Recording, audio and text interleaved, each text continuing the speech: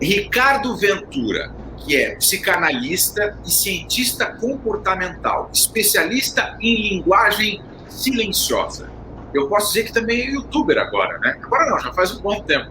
Ô, Ricardo, quer dizer então que se alguém começar a falar contigo, tu vai olhar se levanta a sobrancelha, como é que reage com a boca, se bota a língua para fora, para saber o que a pessoa não está dizendo, mesmo quando ela fala sem parar?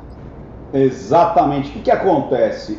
O corpo, as expressões, a própria narrativa, a maneira que eu vou colocar a minha mensagem tem muito mais conteúdo do que a própria mensagem. E é muito isso fácil de entender. Por exemplo, se eu chegar e falar assim, o Jeremias chegou à festa. É uma mensagem. Agora, o Jeremias chegou à festa. O Jeremias chegou à festa. Jeremias chegou à festa. Jeremias chegou à festa. Ou seja, a frase é a mesma, mas o meu corpo, o meu olhar, a minha entonação de voz mudou completamente o sentido. Então a gente consegue pegar nuances do que a pessoa muitas vezes está pensando, mas não quer verbalizar, não quer dizer. E aí isso é importante, essa é a grande graça, essa é a grande diversão da linguagem silenciosa. Você conseguir interpretar, você conseguir tirar daquela pessoa, mesmo até quando ela não está dizendo nada, só com a reação do que ela está vendo, ouvindo ou sentindo naquele momento. Tá, e deixa eu te perguntar, que formação, que ferramentas tu usa, além da observação, do olho que fica treinado já, qual é a formação que te dá essa expertise para ver como reage quem está falando? Legal, vamos lá. Isso tudo começou muito tempo lá atrás. Então, o que acontece? Fizeram tantas essas perguntas para mim, inclusive até os meus alunos, meus mentorados, que eu dou treinamento sobre isso. Quando que isso começou? Por que eu tenho, às vezes, uma coisinha ali a mais do que as pessoas conseguem entender? Eu acho que era por causa de uma necessidade, Jeremias. Então, rapidamente eu vou contar para você o seguinte. Eu nasci dentro de uma loja de calçado, literalmente. Então, imagina, numa avenida comercial, onde só tinha loja.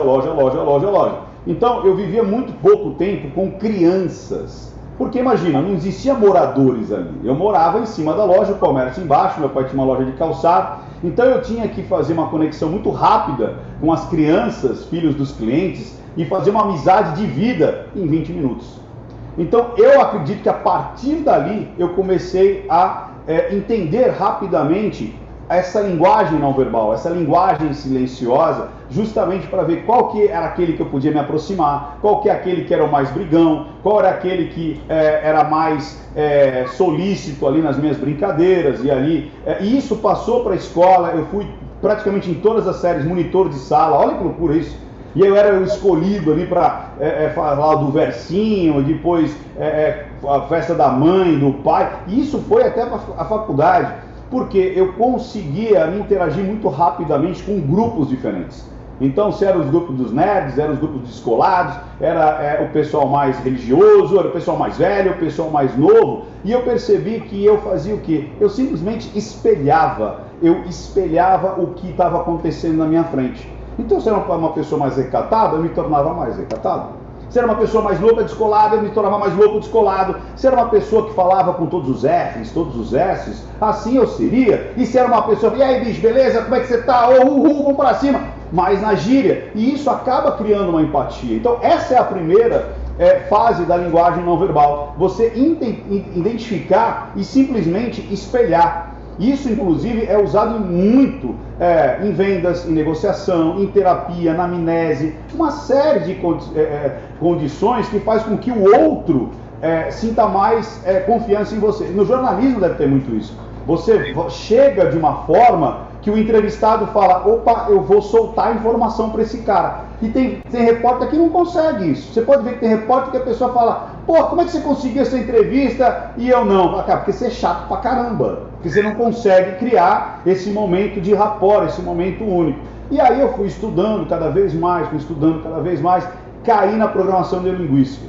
Hoje eu sou Master Practitioner Training Coach em PNL, ou seja, eu estudo isso há muitos anos, desde os anos 2000, tenho formações internacionais com Richard Bandler e tudo mais, e dentro desse aspecto da programação linguística, tinha um ponto que chamava MCRIs, ou seja, Movimentos Corporais com Referencial Interno. Então imagina que eu fui inclusive o primeiro brasileiro a escrever sobre programação linguística aplicada à terapia. Existiam livros de autores fora do Brasil, mas brasileiro, contando estudo de caso, eu fui o primeiro, que é meu livro Crenças. Então eu fui o primeiro a fazer estudo de caso. E dentro das terapias da anamnese, imagina, a pessoa muitas vezes em transe, você tinha que descobrir o que ela estava sentindo.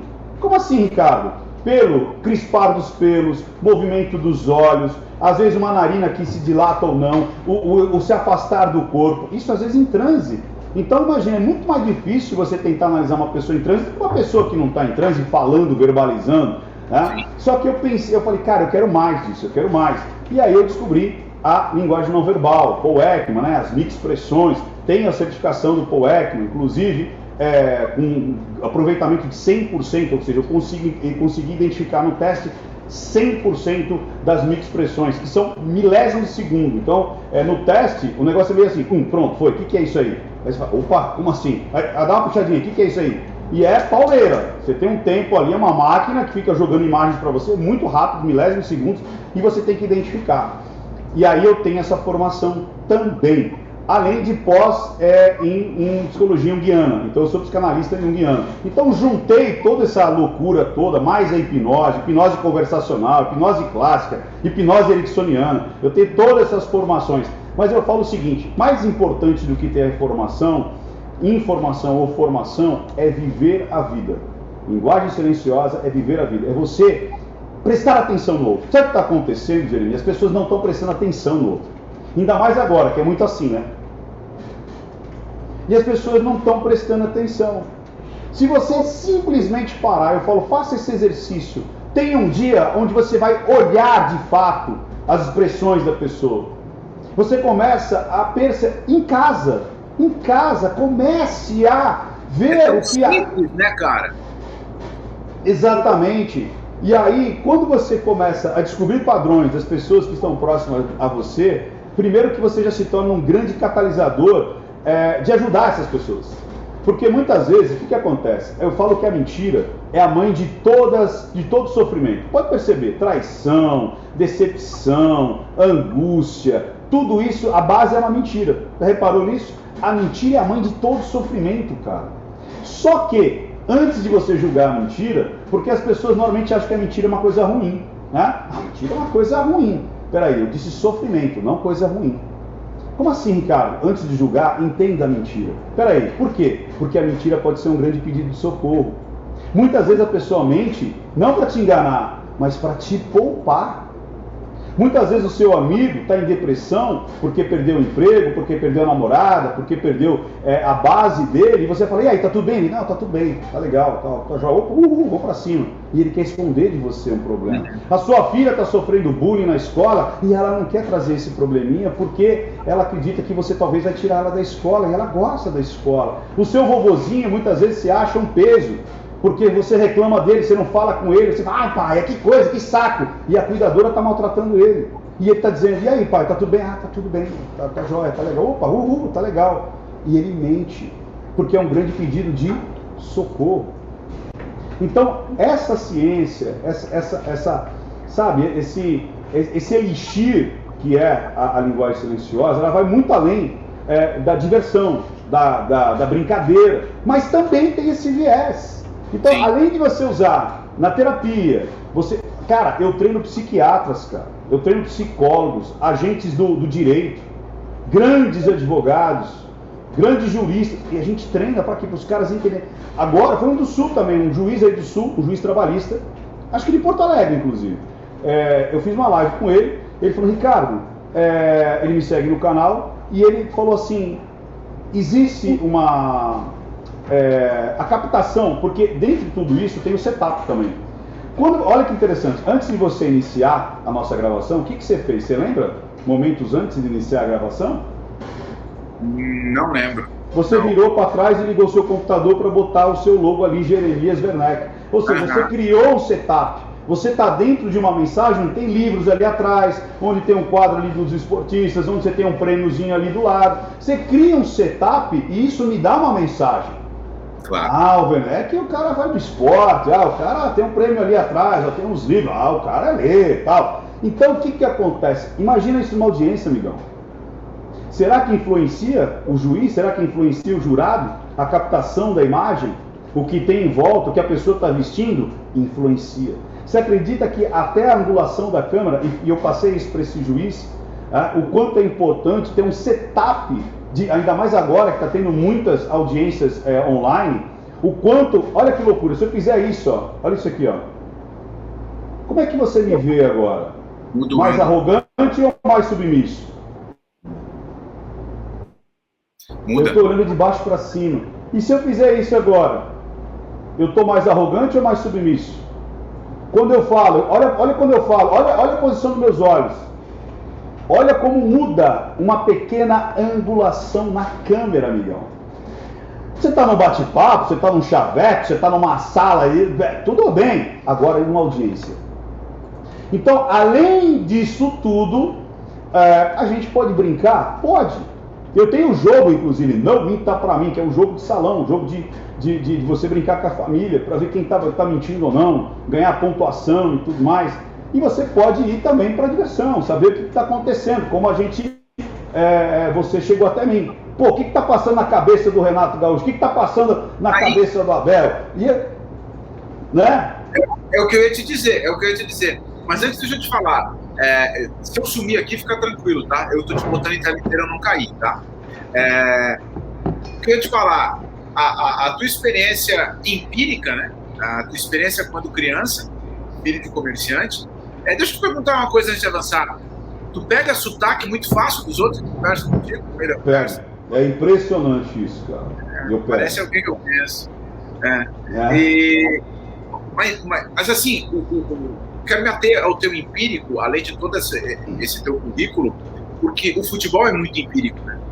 Então, e ao mesmo tempo em que ele é muito empírico, tem a técnica, enfim, tem várias coisas, mas a própria manifestação, a verbalização, é muito em cima de algo do vocabulário de quem está falando, né? Diferente do direito, onde tem uma série de protocolos, de nomes específicos. Quando tu entrou na análise de quem fala no futebol? Quando aconteceu isso? Então, o pessoal, uma repórter falou para mim, Ricardo, você poderia analisar os técnicos e tudo mais, era um canal de esporte, e ela falou assim, cara, eu quero que você analise esses caras aqui. E eu falei, tá bom, vamos lá, vamos ver, o que você quer? Não, eu quero que você veja o que você consegue tirar. Eu sou fã do seu canal, assisto seu canal, uma jornalista, uma repórter, também do mundo dos esportes. Aí eu falei, tá bom, vamos fazer. E aí eu comecei a analisar. Só que quando eu cheguei no Renato, foi muito engraçado, porque eu falei, cara, dá para fazer um checklist da análise não verbal, da linguagem silenciosa, só no Renato. Você pega só o Renato, você aprende tudo. Porque ele é muito expressivo, cara. Ele é muito ele não consegue esconder o que ele está pensando e sentindo. Diferente, muitas vezes, de outros técnicos. Como eu vi no Ceni. O Ceni, cara, apesar que os jornalistas foram bem menos contundentes e agressivos nas perguntas. Então foi uma coisa meio de comadre ali as perguntas. Já o Abel também. O Abel queria passar uma narrativa ali de uma coisa... não, imagina, estamos aqui no primeiro do ranking aqui, mas o jogo é difícil, tal, tem que respeitar e tal, mas ele vinha com um sorrisinho aqui, que a gente fala que é do prazer interno, da soberba, né? Que é tipo assim, não, tá difícil. E ele não conseguia segurar, cara.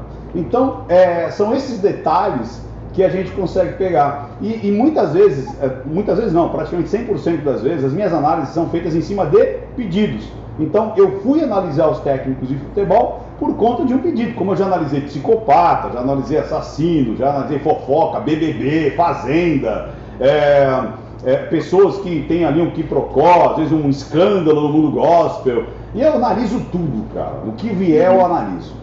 Tá, e assim, o Renato também me chama muita atenção porque ele é muito expressivo, isso é fato, né? E aí ele faz gestos, né? ele põe o dedo aqui. Ele faz um aqui também, é bem interessante esse aqui, ó. Tipo assim, eu não acho não. Eu não acho não, porque o time tá bom e dá umas... Cara, é muito interessante. O Renato é muito, muito interessante. Aí que tá. Ele é expressivo na face ou dá para notar também quando ele fala, o tom da fala? Dá. Aí que tá. A face é mais fácil para as pessoas perceberem. Que é o tal de, às vezes ele dá um desdém, às vezes ele dá, sabe, a incapacidade, incompreensão, às vezes ele dá raiva. Cara, tem um repórter, eu não sei quem que é, mas ele não gosta muito não. Eu não sei quem que é, porque eu só vi a voz. Na hora que ele ouviu a voz do cara, ele fez assim, ó. Ele já teve um pega com esse repórter. Ele quase vomitou, cara. Ele quase vomitou. Porque ele faz assim, ó. O negócio vem assim, sabe? Tipo, cara, esse cara que vai falar alguma coisa comigo. Então você percebe nas reações dele. E fora que muitas vezes, quando ele não acredita muito, isso é natural do ser humano, não é só dele. Quando a gente não acredita muito no que você está dizendo, às vezes o final da frase não. Então a frase começa. Então as últimas bocas trava, entendeu? Mas e aí se ele realmente não quisesse dizer aquilo. Exatamente. Tipo assim, então quer dizer que você foi jogar futebol e você não encontrou aquela rapariga lá, a Maria. Não tá, entendeu? Imagina, eu não vi ela. E quase não sai. E aí dá para perceber isso, como nele, em qualquer pessoa, mas nele, como eu falei, é muito legal de fazer análise, porque ele é muito, cara, muito expressivo. Então, e você vê às vezes sequência de desdém, raiva, incapacidade, incompreensão, tristeza. Praticamente ele gabaritava todas as emoções que a gente consegue ver nas expressões, cara. Tem muita gente próxima ao Renato que diz que ele é um personagem publicamente. Pela tua experiência, é possível ele ser um personagem, mesmo ficando exposto a cada 3 dias a uma sabatina de jornalistas, a gente sendo incisivo, ele saindo de uma experiência de 90 minutos, onde ele vai de alto para baixo, indo para um vestiário com 40 pessoas, em que ele é o principal cara naquele ambiente? Tem como manter um personagem durante tanto tempo? Então, vamos lá. O que acontece, cara? Qualquer pessoa pública e que acostuma a dar muitas declarações e sabe que existe um personagem, né? Se você pegar um jogador de futebol, muitos deles conseguem criar uma carreira, inclusive em cima do personagem. Quando você fala Renato Gaúcho, é impossível você desassociar de um personagem que, tipo assim, que ele criou, que é aquele cara mais contundente, o machão, assim como o Romário, assim como como é que chamava o outro lá, o Vampeta. Então são personagens que não tem como desassociar aquela veste, né, aquele chapéu que ele vestiu ali no seu dia a dia. Agora, o que eu vi ali no Renato é o seguinte: ele pode até criar essa carapuça, essa veste, essa capa, esse chapéu, essa persona. Todos nós temos persona. Primeiro é o seguinte, Jeremias, a gente precisa tirar um pouco dessa mística de falar assim: nossa, essa pessoa, ela tem 2 caras, ou imagina, eu sou sempre a mesma pessoa. Ninguém é a mesma pessoa, ninguém. Por exemplo, se você vai para o churrasco dos seus amigos, sem a sua namorada, sem a sua esposa, você é de um jeito. Se ela está do lado, você é de outro. Se você vai na igreja, você é outro personagem. Se você vai num casamento, se você vai numa festa de criança, se você vai numa bagunça, você é a mesma pessoa em ética e moral e integridade. Mas você cria personagens para momentos diferentes. Profissionalmente, sim, você chega numa pessoa de um jeito. Quando você vai chegar para pedir uma informação, de repente, de um outro jeito. Quer dizer, imagina, você vai falar, sei lá, com o técnico da seleção brasileira. A sua tonalidade de voz vai mudar, amigão. Claro. O seu rosto, a sua fisionomia. Então, isso é uma máscara? Isso é um personagem? Não, isso é uma persona. Então, o que acontece? Quando a gente fala Renato Gaúcho, ele pode ter uma persona ali para os repórteres e ter uma outra personalidade para os jogadores, para uma situação mais íntima ali, ou seja, são os meus atletas, onde eu vou, ou a família, amigos mais íntimos, eu posso ter uma conduta diferente, um palavreado, um jeito diferente? Pode. Por quê? Porque ali eu estou sendo o profissional. Até porque às vezes as pessoas têm que entender que ali existe um profissional, que atrás dele tem patrocinadores, tem o time, ele é empregado de alguém. Então ele tem que cumprir ali às vezes um protocolo, querendo ou não. Então pode ter uma persona Renato Gaúcho para a mídia? Pode. Agora, o que eu não vejo nele é a manipulação das emoções dele. Que às vezes a gente consegue perceber isso. Por exemplo, às vezes a pessoa, eu analiso lá um ator. Aí a pessoa fala assim, Ricardo, você esqueceu que ele é ator. Como se ator vivesse 100% atuando. Né? Ele chorou porque ele é ator, ele riu porque ele é ator. Então, quer dizer, sabe? Então, é possível você identificar uma atuação? É possível. Então, mesmo a pessoa sendo ou não ator, né, da dramaturgia, você percebe justamente na velocidade que as expressões, microexpressões e a própria linguagem do corpo, ali, a linguagem silenciosa, ela demonstra. Porque quando você está atuando, existe um pequeno delay, existe um pequeno atraso entre a expressão genuína, o movimento genuíno daquele que eu estou atuando. Eu não vejo atuação no Renato Gaúcho, não vejo. E pela tua experiência, se tivesse que definir ele, catalogar ele, definiria ele como? Cara, aí tipo assim, eu só analisei ele uma vez nessa situação. Eu precisaria, para botar, né, muito mais, né? Não dá para você chancelar o cara.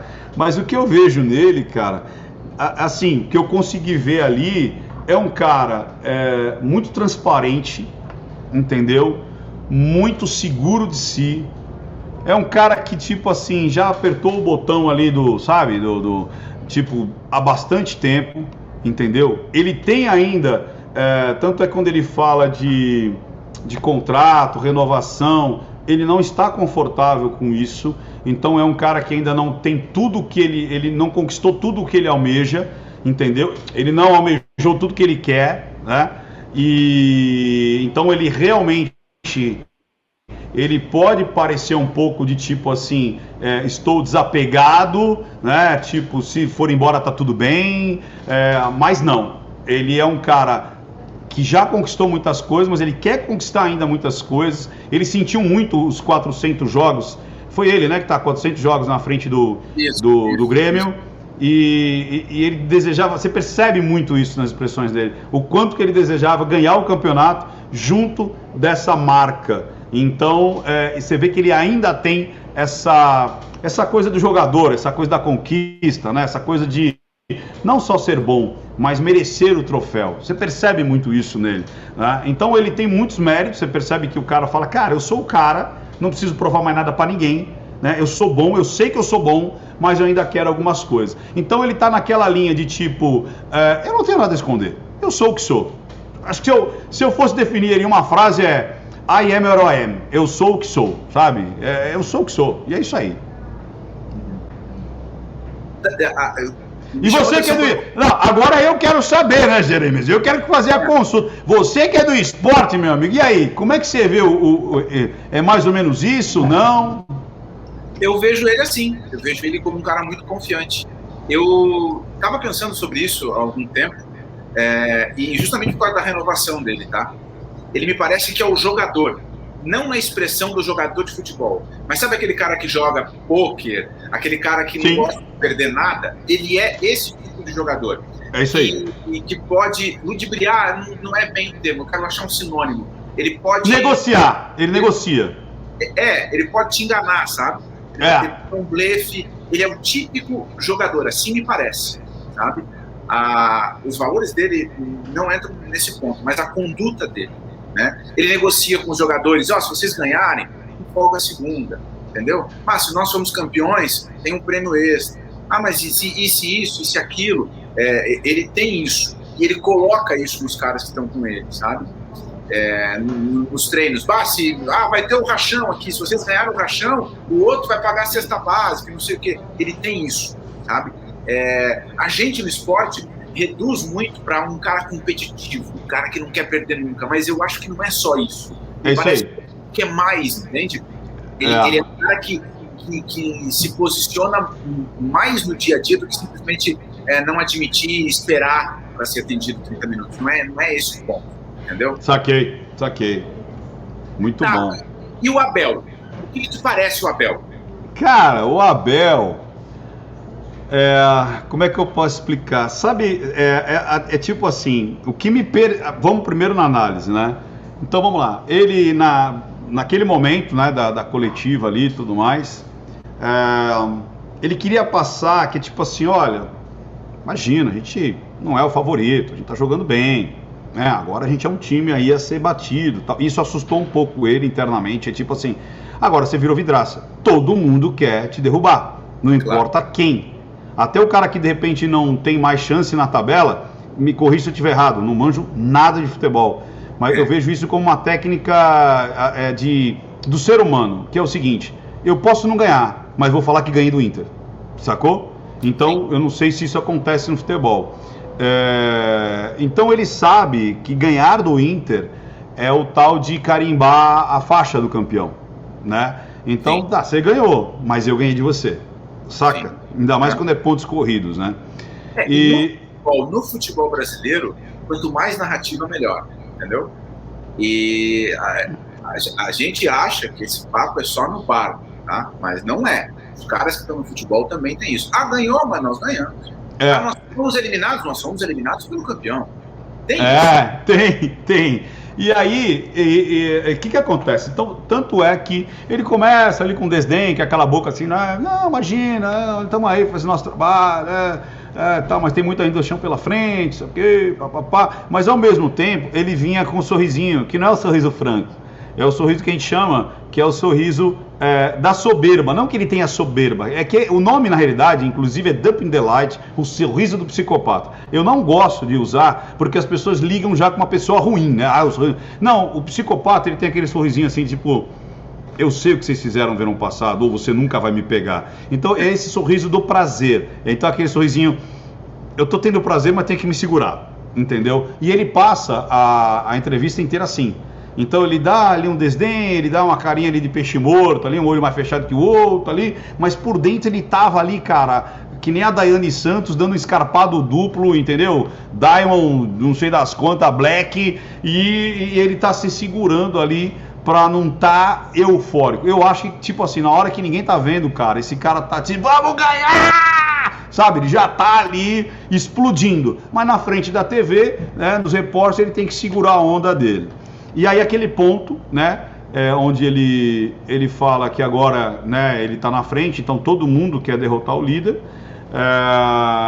E no geral, né, como você diz, no aspecto geral, como eu falo, é muito pouco para eu analisar, mas o que eu senti é a experiência. Sabe aquele lance que o jovem corre, né? Ele usa muito o termo do boxe, né? Então vamos lá, o boxer jovem é aquele que corre em volta ali do campeão ali, fica, sabe, pra cá, e o campeão só fica na esquiva. Aí de repente, pum, dá uma porrada, acaba com a luta ali. Então eu vejo o Abel com esse semblante do cara experiente, do cara que eu sei o que eu tenho que fazer e eu estou doutrinando essa equipe para ir para onde eles têm que ir. Tanto é que ele acaba verbalizando isso. No passado, alguns jogadores comeram, né, literalmente porco, comeram literalmente peixe para provocar o outro time. E ele senta essa galera, tipo assim, ó, vamos botar a bola no chão e não vamos cair nessa provocação.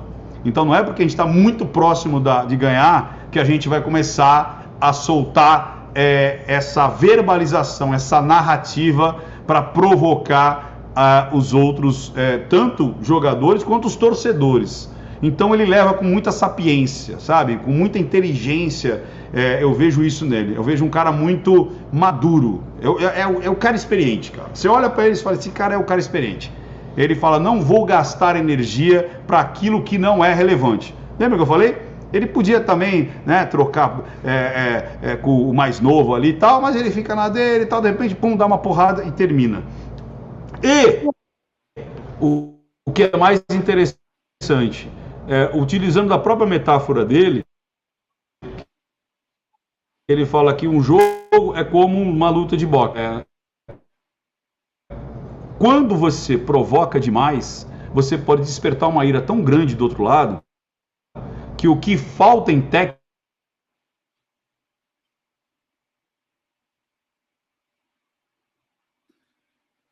Ô, Ricardo.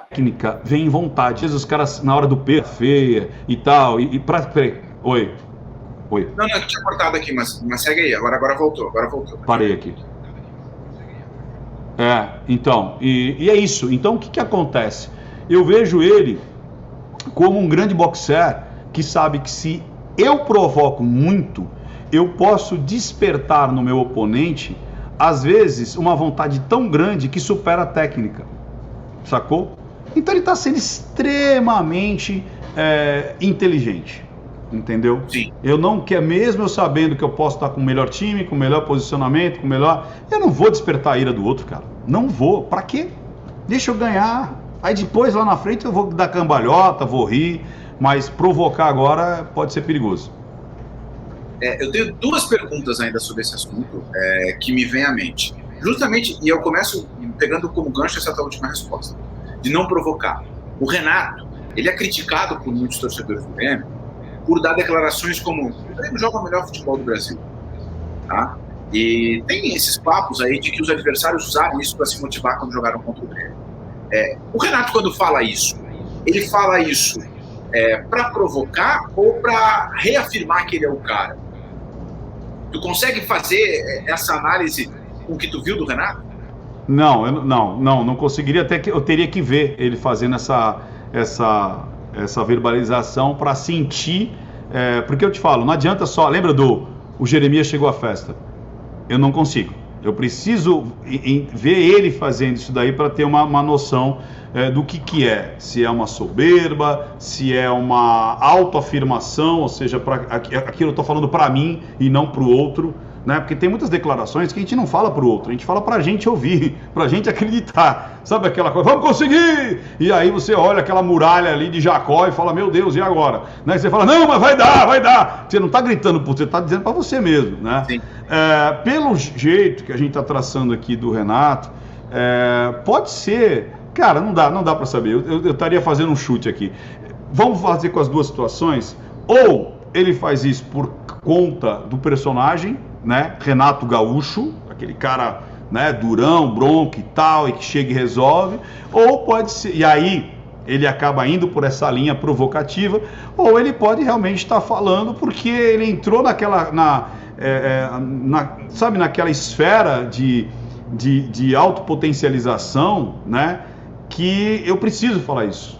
Então, eu primeiro preciso acreditar para eu passar confiança ao outro. Então, às vezes, é uma coisa realmente de autoestímulo, entendeu? E pode ser essas duas possibilidades. Quando a pessoa verbaliza isso, o que eu quero dizer é o seguinte, qualquer pessoa do mundo, ok? Quando verbaliza isso, ou ela está dentro de uma provocação pura, ou ela está falando isso para se afirmar, para que ela mesma acredite nessa potencialidade que ela tem, entendeu? Sim. Não, fantástico. E aí, uma pergunta que se aplica tanto para o Abel quanto para o Renato, para qualquer outro treinador de futebol no Brasil. A pergunta é, por que eles mentem quando eles não podem falar? Um cara lesionado, na renovação de contrato, não seria mais fácil ele dizer, desse assunto eu não quero falar? Então, vamos lá, existem duas situações aí, olha que legal isso, né? Eu tive rede de lojas durante 23 anos, eu com os meus CNPJs, eu abrindo ali e tal, e eu nasci dentro do mundo corporativo. Cara, o mundo corporativo, você não pode falar tudo que você quer, você não pode revelar tudo o que você deseja, né? Existe um limite entre a omissão e a mentira, você entendeu? Lembra do Recupero, quando ele diz assim, o que é bom a gente fatura, o que é ruim a gente esconde. Não sei se ninguém lembra dessa frase aí do ministro, acho que era da economia, não sei de que governo aí, de sei lá quantos anos atrás. Então o mundo corporativo, ele é muito assim, é muito dinheiro, cara. E onde tem muito dinheiro, existem responsabilidades, as pessoas querem ganhar o dinheiro investido. O futebol, muitas vezes a pessoa vê com paixão, com título, isso é secundário. O futebol é um negócio que tem que dar lucro, tem que dar dinheiro, tem que retornar o investimento. Então, às vezes, o torcedor não percebe, ele acha que é só título, tem que vestir a camisa, tem que suar. Cara, na boa, isso é secundário. Pode doer aí muitas almas aí, gremistas o Internacional é colorado, né? E o Colorado e tal, você vê como eu manjo de futebol, né?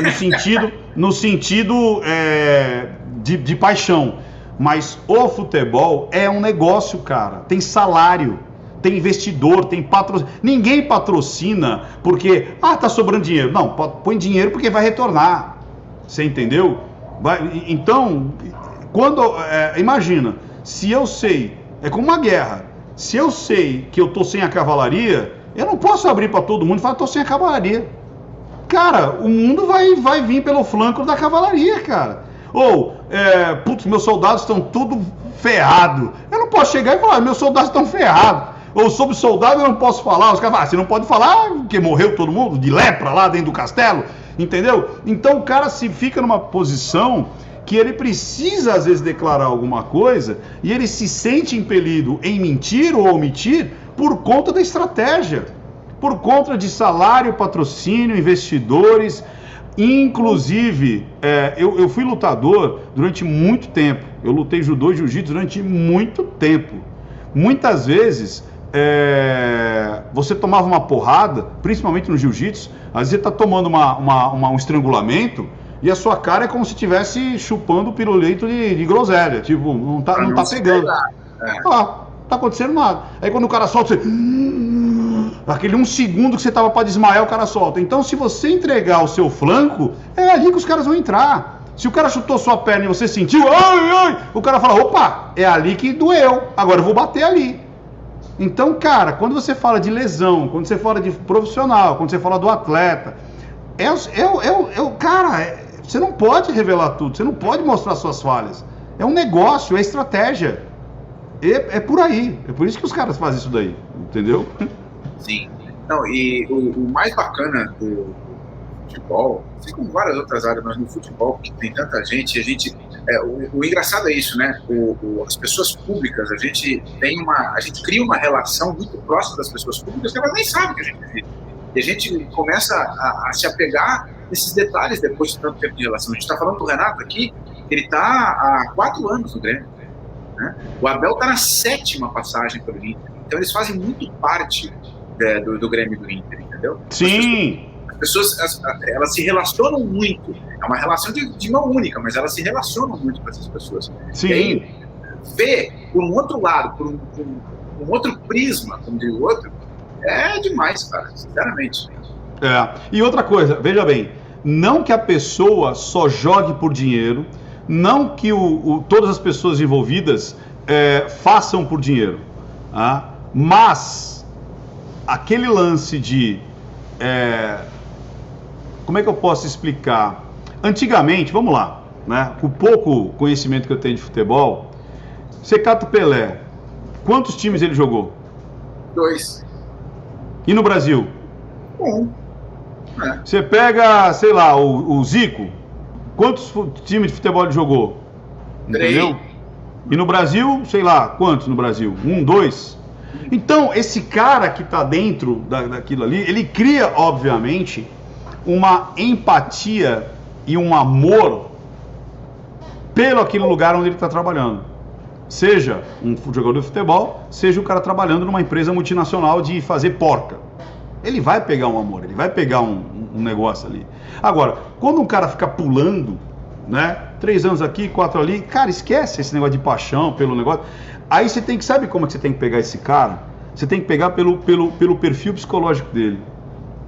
Cata, por exemplo, sei lá, um Cristiano Ronaldo. Bicho, não importa onde esse cara estiver jogando, ele vai ganhar por ele. Ele vai ganhar por ele. Então tem profissional que não importa se ele vai estar no Corinthians, no Palmeiras, no Santos, no Barcelona. O perfil do cara é aquele cara de, cara, eu vou ganhar essa porra aqui, eu vou ganhar. Agora, tem cara que não tem isso. Sim. Então, num empate técnico, quem tem essa gana se sobressai numa partida. Diferencial competitivo. É isso aí, é um diferencial competitivo. Essa gana de falar, eu quero ganhar, e não só aquele lance de, atrasou meu salário, então não vou fazer gol. Sacou qual é que é? Então, isso é do ser humano, não é do jogador de futebol. Você vai catar como é que chama lá, um diretor de uma empresa, ele pode às vezes estar com o salário atrasado ou alguma situação muito ruim. Mas se o cara tem um espírito competitivo, o cara ele vai entregar o resultado, porque ele entrega por ele. Ele não vai deixar a coisa cair e falar, porra, mas você deixou aí cair e você estava lá? Ele fala, não, eu vou fazer esse negócio. Então, muitas vezes as pessoas confundem um pouco isso, né? Esse perfil psicológico do cara que é extremamente competitivo, seja lá onde ele estiver, daquele que está trabalhando, que está cumprindo para o que ele foi contratado. E aí, quando você tem esse empate técnico, aquele que tem essa gana de vencer, mas por ele, é muito engraçado isso. Eu chamo que é um egoísmo altruísta. O cara pode se ferrar, o cara pode estar lesionado, ele está com dor, ele está se estrupiando, ele vai ganhar. Ele sabe que o ganho dele vai deixar um monte de gente feliz, mas ele não faz pelo outro, ele faz por ele.